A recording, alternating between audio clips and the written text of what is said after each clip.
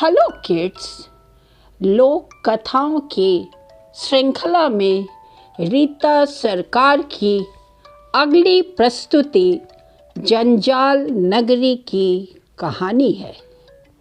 आप लोग ध्यान से सुनिए, कहानी अत्यंत मज़ेदार है। किसी देश में जंजाल नगरी नाम का एक शहर था। उस देश के लोग अत्यधिक विद्वान थे। वहाँ शिशु भी पृथ्वी के इतिहास तथा ग्रह नक्षत्रों की जानकारी रखते थे। लोग कानून तथा दर्शन की पुस्तकों में दिलचस्पी रखते थे, लेकिन जंजाल नगरी के लोगों का मायावी होने का अपवाद था। लोगों का मानना था कि जो लोग विदेशों से वहाँ विद्या अर्जित करने आते थे, उन्हें भेड़ या बकरी बनाकर रख दिया जाता था। एक बार मंदबुद्धि नामक एक धनी व्यक्ति व्यापार के उद्देश्य से उस शहर में प्रवेश किया। उसने देखा एक व्यक्ति आवाज़ लगा रहा है, 3,000 रुपयों में 3 बातें, बहुत सस्ता, ले जाइए 3,000 रुपयों में 3 बातें। व्यापारी सोचने लगा, इतनी कीमती 3 बातें क्या हो सकती हैं। फिर भी उसने उस व्यक्ति को 3 थैले मोहर देकर बात जाननी चाहिए। उस व्यक्ति का नाम होशियार खां था। उसने पैसे रख लिए और व्यापारी के कानों में कहा, खाना बनाने वाली पर विश्वास मत करना, दोस्त पर विश्वास मत करना, परमेश्वर पर विश्वास करना। व्यापारी सोचने लगा, मैंने बेकार में इन 3 बातों के लिए इतने पैसे गंवाए। होशियार को बात समझ में आ गई। उसने कहा, मेरे दोस्त, मैं तुम्हें ठगना नहीं चाहता। तुम्हें अपनी जिंदगी में ही मेरी बातों का पता चल जाएगा। इसके साथ मैं तुम्हें कुछ फलों के बीज दे रहा हूँ। इसे जमीन में गाड़ते ही बड़े बड़े वृक्ष निकल आएंगे और उनमें पके हुए फल लटकने लगेंगे। तुम जी भर कर खा लेना, उसके बाद कहना, उड़ जा। सारे पेड़ गायब हो जाएंगे और तुम्हें अपने बीज वापस मिल जाएंगे। घर लौटकर उसने सारी बातें खाना बनाने वाली को बता दिया। घर के आंगन में बीजों को रोपा गया। उसमें ढेर सारे फल लग गए।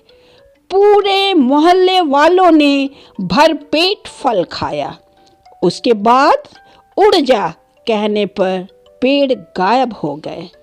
मंदबुद्धि ने वापस बीज को अपने पास रख लिया। खाना बनाने वाली कम इकलख अर्थात हीन धर्म नामक मंदबुद्धि के प्रिय मित्र के साथ मिलकर मंदबुद्धि को ठगने का विचार बनाई। घर लौटकर मंदबुद्धि अपने प्रिय मित्र को देखकर बहुत खुश हुआ। दोनों ने एक साथ बैठकर भोजन किया। उसके बाद कम इकलख ने कहा, दोस्त, तुम्हारे बीजों की कहानी पूरे शहर में फैल चुकी है। यद्यपि मैंने भी उन पेड़ों के फल खाए हैं, परंतु मुझे विश्वास नहीं होता। मैं तुम्हारे साथ एक शर्त रखना चाहता हूँ। यदि मेरे सामने इन बीजों से 1 मिनट में पेड़ बन जाए तो मेरे घर के जिस वस्तु पर तुम सबसे पहले हाथ रखोगे तुम्हें वह वस्तु दे दूंगा, और यदि तुम शर्त हार गए तो मैं तुम्हारे घर की जिस वस्तु पर पहले हाथ रखूंगा तुम मुझे वह वस्तु दे दोगे। बातें सुनकर मंदबुद्धि तैयार हो गया। उसने बावर्ची से बीज लाने को कहा। बीज रोपने के बाद पेड़ नहीं निकले। व्यापारी बीज को निकालकर देखने लगा। उसको सारी बातें समझ में आ गई। उसने कहा, शैतान बावर्ची, तुमने इन बीजों को उबालकर क्यों रख दिया? होशियार खां ने सत्य ही कहा था।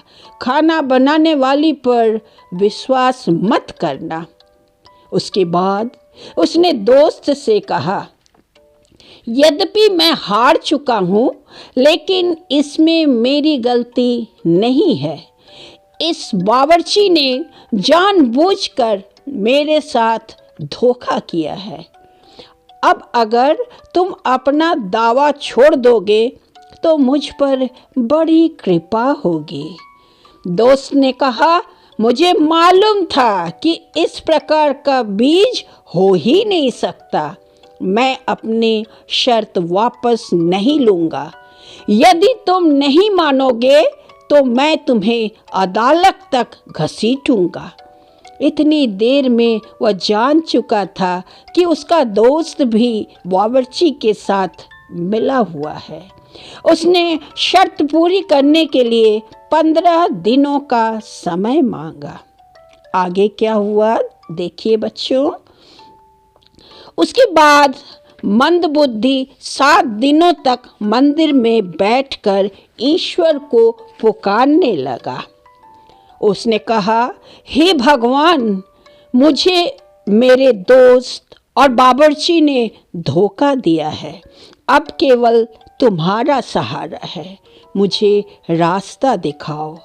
अचानक देववाणी हुई, जंजाल नगरी में जाकर होशियार खां को ढूंढ निकालो, वही तुम्हारी सहायता करेगा।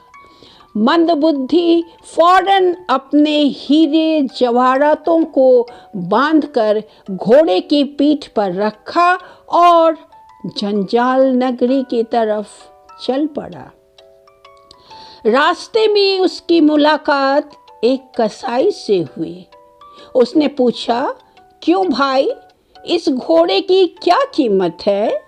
मंदबुद्धि ने सोचा, यह केवल घोड़ा खरीदना चाहता है। उसने कहा, 400 रुपये। कसाई ने उसे 400 रुपये दिए और घोड़े की लगाम को पकड़कर चलने लगा। मंदबुद्धि ने कहा, भैया रुक जाओ, पहले मैं अपने हीरे जवाहरात घोड़े के पीठ से उतार लूं, फिर तुम घोड़ा ले जाना। उसने पलट कर कहा, क्यों? ये सारी चीज़ें अब मेरी है। क्या तुम घोड़े के जिन, थैली, लगाम के लिए अलग पैसे लोगे? तो अब यह सामान तुम्हारे कैसे हुए? वहाँ खड़े लोगों ने भी कसाई का साथ दिया। कसाई विजयी पुरुष की तरह हीरे जवाहरातों से लदा घोड़ा लेकर चल दिया। इस प्रकार हीन मन से मंदबुद्धि होशियार खां की खोज करने लगा। रास्ते में कुछ बच्चों से उसने होशियार खां का पता पूछा। बदले में उन्हें भर पेट सबसे बड़ा मिठाई खिलाने का वादा किया। बच्चे जमीन पर बैठ गए तथा सूर्य की दिशा, हवा की गति आदि के बारे में बातें करने लगे। मंदबुद्धि इन छोटे बच्चों के मुख से इस प्रकार की बातों को सुनकर दंग रह गया।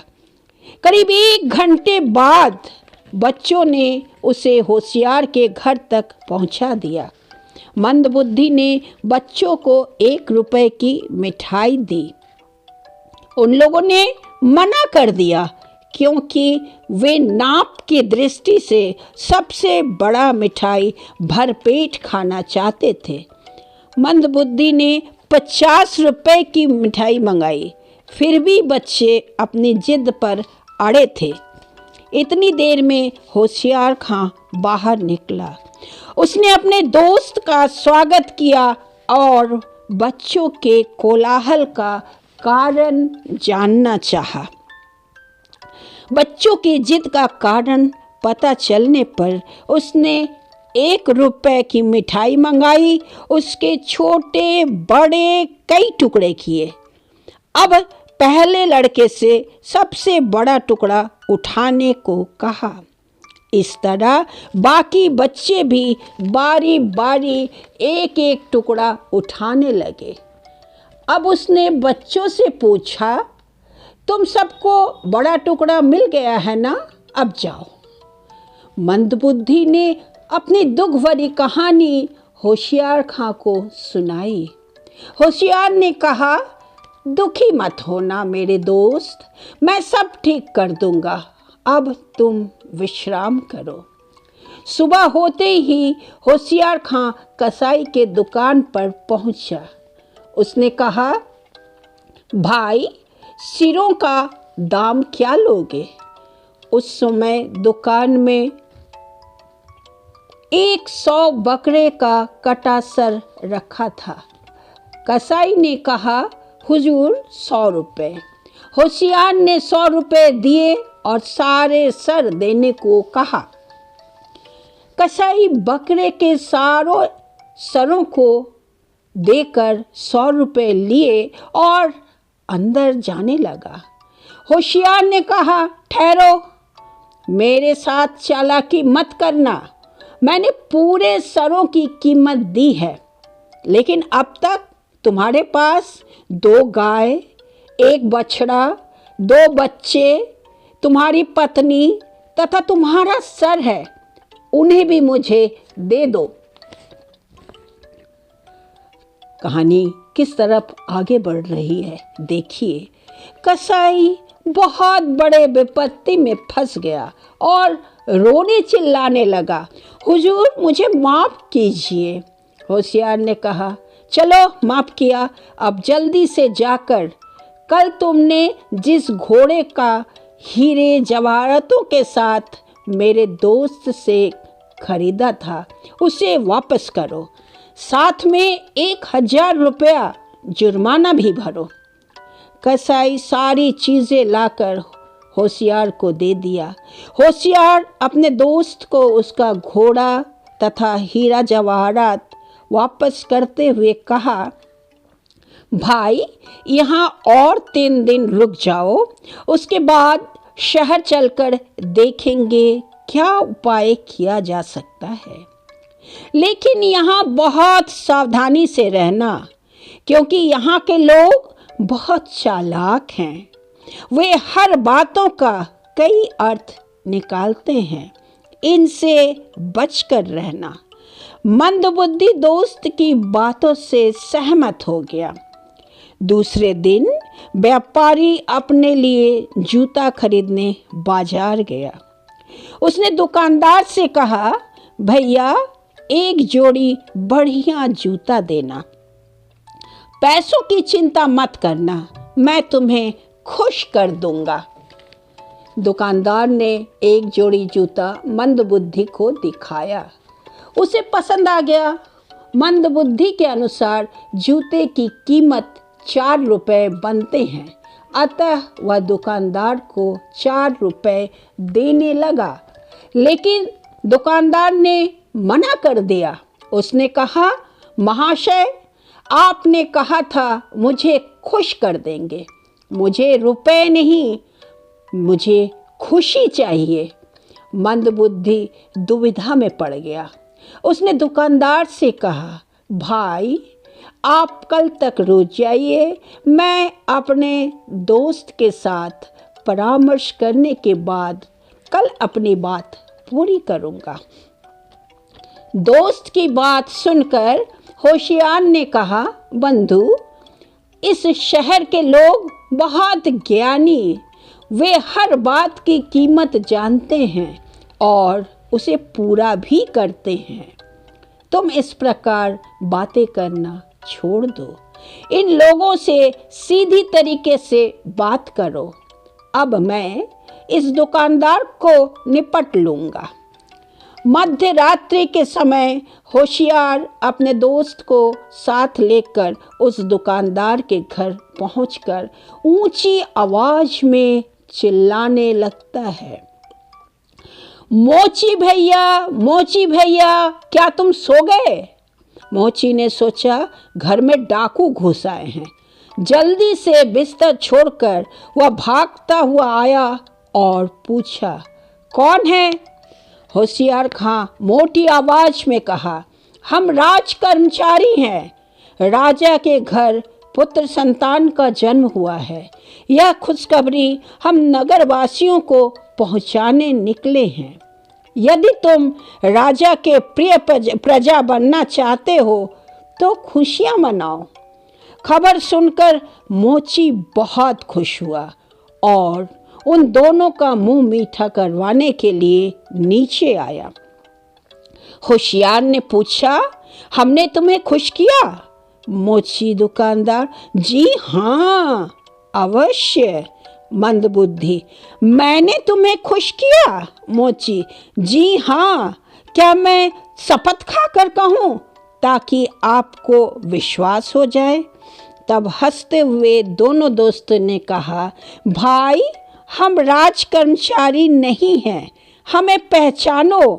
हम अपने ऋण से मुक्त हुए तथा तुम्हें ऋणी कर दिए। तुमने 2 बार स्वीकार किया है कि तुम खुश हुए। पहली खुशी मेरे ऊपर उधार था जिसे मैंने चुका दिया, लेकिन बिना मूल्य के दूसरी बार खुश होने का तुम्हारे पास कोई अधिकार नहीं है। अतः दूसरी खुशी की कीमत तुम हमें 200 रुपये दोगे। बेचारे दुकानदार को 200 रुपये देने पड़े। अगले दिन व्यापारी ने अपने मन में सोचा, आज मैं इस शहर के लोगों से कुछ नहीं खरीदूंगा। नगर की शोभा देखने वह घर से निकल पड़ा। एक जगह उसने देखा, चबूतरे पर खड़ी एक लड़की चिल्ला रही है, 10,000 रुपये देने पर मैं इतने लोगों के बीच में कलाबाजी खाकर दिखाऊंगी। उसके चारों तरफ काफ़ी लोग इकट्ठा हो गए थे। नारी जाति के लिए यह बहुत शर्म की बात थी। उसकी बातें सुनकर मंदबुद्धि सोचने लगो, चलो देखा जाए ये लड़की कितनी बेहया है। इसमें मेरे 10,000 ही ना खर्च होंगे, कोई बात नहीं। उसने ऊंची आवाज में कहा, मैं तुम्हें 10,000 रुपये दूंगा, तुम अपना खेल दिखाओ। सुनते ही लड़की कलाबाजी खाकर फौरन खड़ी हो गई और अपना इनाम मांगने लगी। व्यापारी उसे पैसे देने के लिए घर ले आया। उसने होशियार को सारी बातें बताई। होशियार ने कहा, मैं उस स्थान को देखना चाहता हूँ। तीनों उस चबूतरे के पास पहुँचे। वहाँ लोगों की भीड़ अब तक जमी हुई थी। लोगों ने बताया, यद्यपि इस लड़की ने बहुत गलत काम किया है जिसके लिए इसे सज़ा मिलनी चाहिए, लेकिन शर्त के अनुसार इसे रुपए मिलने चाहिए। होशियार ने कहा, महाशय, मेरा दोस्त पैसा देने के लिए तैयार है, परंतु मैं यह देखना चाहता हूँ कि सारी घटना शर्त के अनुसार ठीक है या नहीं। उसने अपनी जेब से एक रस्सी निकाला और चबूतरे को नापने लगा। उसके बाद चबूतरे के ठीक मध्य में उसने निशान बना दिया। लोगों द्वारा चिन्हित स्थान, जो कि चबूतरे के मध्य नहीं था, उसकी तरफ इशारा करते हुए उसने कहा, इस जगह पर कलाबाजी दिखाकर इनाम की हकदार कैसे बन सकती है। वहाँ खड़े लोगों ने होशियार खां के साथ अपनी सम्मति जताई। जी हाँ, लड़की की हार हुई। अब होशियार खां ने लड़की से कहा, ए बेहया लड़की, इस निर्लज्जता के कारण तुम्हें फांसी पर चढ़ा देना चाहिए। उसके बाद तुम झूठ बोलकर इनाम लेना चाहती थी। तुम्हें इसका दंड मिलना चाहिए। तुम हमें फौरन 10,000 रुपये दो या हम तुम्हें महाराज के पास ले चलते हैं। बाध्य होकर लड़की ने 10,000 रुपये दिए। जंजाल नगरी में अपना तीसरा दिन मंदबुद्धि घर पर ही बिताना चाहता था, लेकिन उसकी दाढ़ी बढ़ गई थी, अतः उसने नाव को घर पर बुला भेजा। उसने कहा, भैया मेरी दाढ़ी बना दो, मैं तुम्हें कुछ दे दूंगा। काम खत्म होने पर उसने नाव को 2 रुपये देना चाहा। उसने मना कर दिया और कहने लगा, मैं पैसे नहीं लूँगा, मुझे कुछ दीजिए। मंदबुद्धि उससे पीछा छुड़ाने के लिए 50 रुपये देना चाहा, लेकिन वह कहता रहा, मैं आपके पैसों पर थूकता हूँ। आपने कुछ देने का वायदा किया था, मुझे कुछ चाहिए। इतने में होशियार खां घर लौट आया। सारी बातें सुनकर उसने नाव से कहा, भाई कल सुबह आकर तुम अपना कुछ ले जाना। नाव के जाने के बाद होशियार ने एक तिलचट्टे को मारकर अपने पास रख लिया। दूसरे दिन सुबह उसने तिलचट्टा दूध की कटोरी में डाल दिया। नाव को आता देख होशियार ने कहा, भाई वहाँ कटोरी में दूध रखा है, जरा मुझे दे दो, मैं उसे पीना चाहता हूँ। दूध में तैरता हुआ तिलचट्टा अर्थात कॉकरोच देखकर नाव चिल्लाने लगा, महाशय इस दूध को मत पीजिए, इसमें कुछ तैर रहा है। होशियार ने कहा, भैया दूध मुझे दे दो और कुछ तुम ले जाओ। चौथे दिन होशियार ने कहा, दोस्त चलो, अब हम तुम्हारे घर चलते हैं। अब तुम मेरी बातों का अर्थ समझ गए होगे।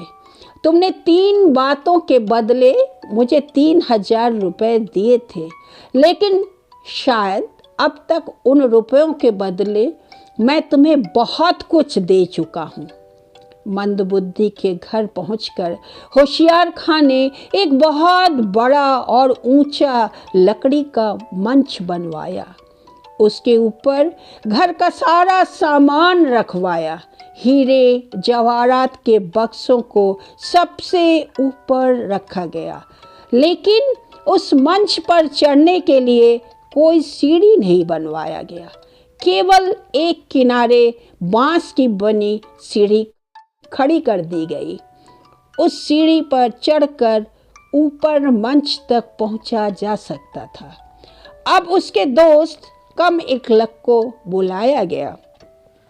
मंदबुद्धि ने कहा, मेरे प्रिय दोस्त, मंच पर मैंने अपनी सारी संपत्ति, गाय, बछड़ा, हीरे, जवाहरात, गहने, कपड़े रख दिए हैं। अब अपनी शर्त के अनुसार तुम अपनी पसंद की वस्तु ले सकते हो। कम इकलक सोचने लगा, इतना ऊंचा मंच और सीढ़ी भी खड़ी है, यदि गिर जाता हूँ तो काफ़ी चोट आएगी। लेकिन लोभवश वह सीढ़ी पर चढ़ने लगा। ज्यों ही उसने एक हाथ से सीढ़ी को पकड़ा, त्यों ही मंदबुद्धि ने उसका हाथ पकड़ लिया और कहा, अब क्या है बुद्धू राम, तुमने सबसे पहले सीढ़ी पर हाथ रखा है, अब इसे लेकर अपने घर लौट जाओ। कमलक बहुत पछताने लगा और दुखी होकर सीढ़ी लेकर अपने घर चला गया। क्यों बच्चों, मज़ा आया ना? Thank you.